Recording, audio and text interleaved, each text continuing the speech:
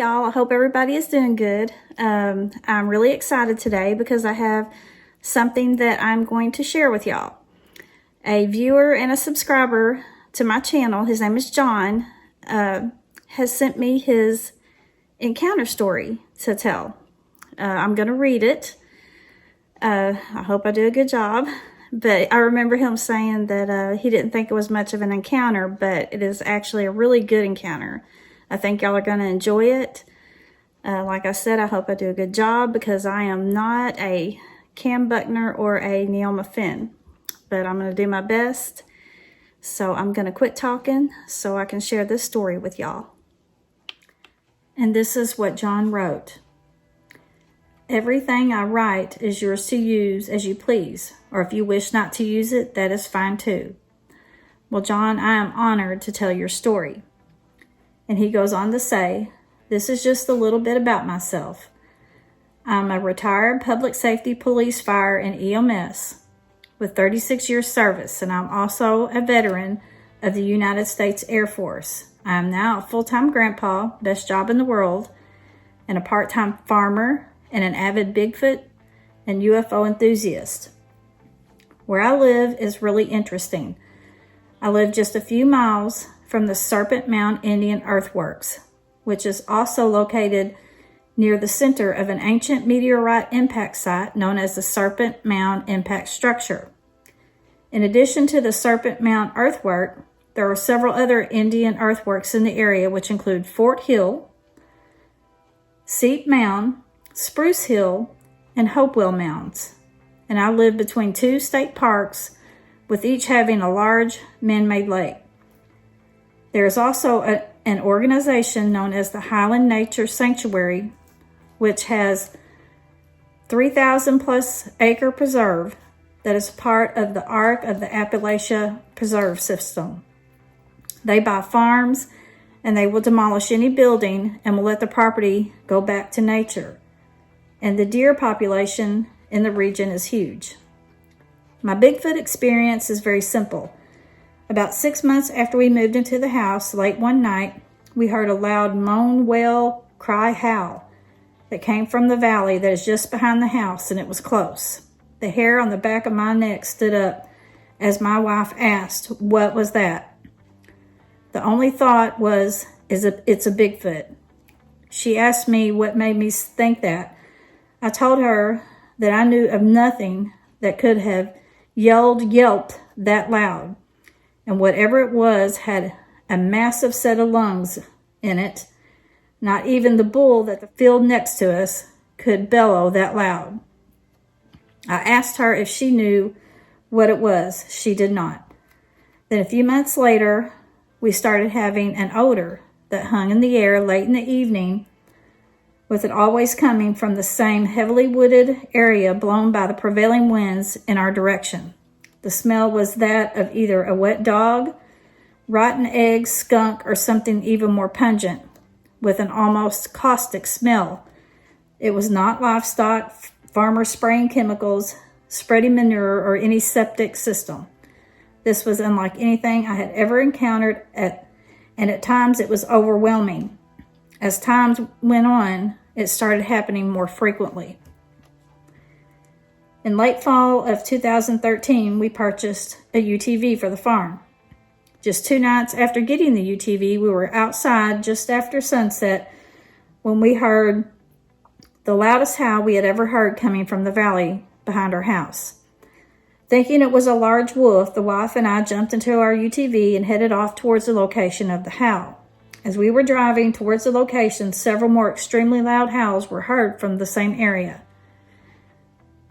As I came around the edge of the woods, the headlights lit up the field in front of us. And at a distance of less than a football field was standing at the edge of the woodline a creature standing upright on 2 legs with blue-green eyeshine. It had massive shoulders with arms down to its knees. At first I was confused, trying to figure out how could a wolf stand on 2 legs. Then it hit me like a lightning bolt. I was looking at a Bigfoot. It was standing between 8-9 feet tall, did not have a tail, and was looking directly at us. Upon realizing what it was, I looked over to my wife, and just at that moment, she realized what it was too. She reached over with her left hand and grabbed me by my jacket and said, "Get me back to the house right now." Just then, a second howl came from behind the first one and was from the top of the ridgeline, and the creature we were observing turned its head towards the direction of the second howl. For some reason, and I do not know why, but I honked the horn, and it looked back towards us. Needless to say, my wife was not happy with me, and it was at that point that she insisted, with the addition of a choice, colorful metaphor, I get her back to the house, right blanking now. As we headed back towards the house, several more whoops and howls were heard from both creatures. Once home, the wife locked all the doors and pulled the curtains and the blinds and all the windows and turned off most lights. And she did not say another word. For many years, my wife refused to go into any details and still refuses to this day to say it was a Bigfoot, even though she knows it was.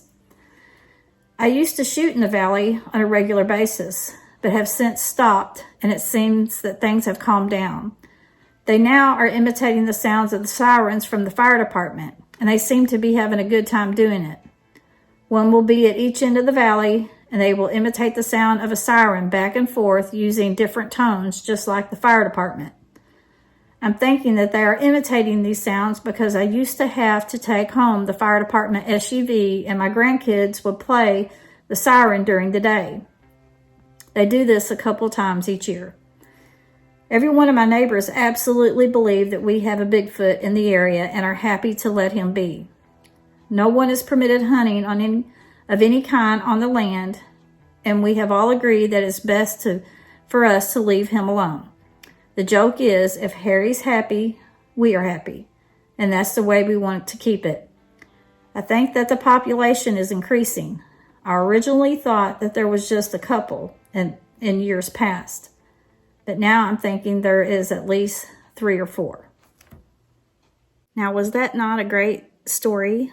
And I mean, the way he describes everything in detail and, where he's at, with all the mounds and the state parks, the lakes, and then he's got the ravine behind his house where these creatures, go back and forth with each other certain times of the year.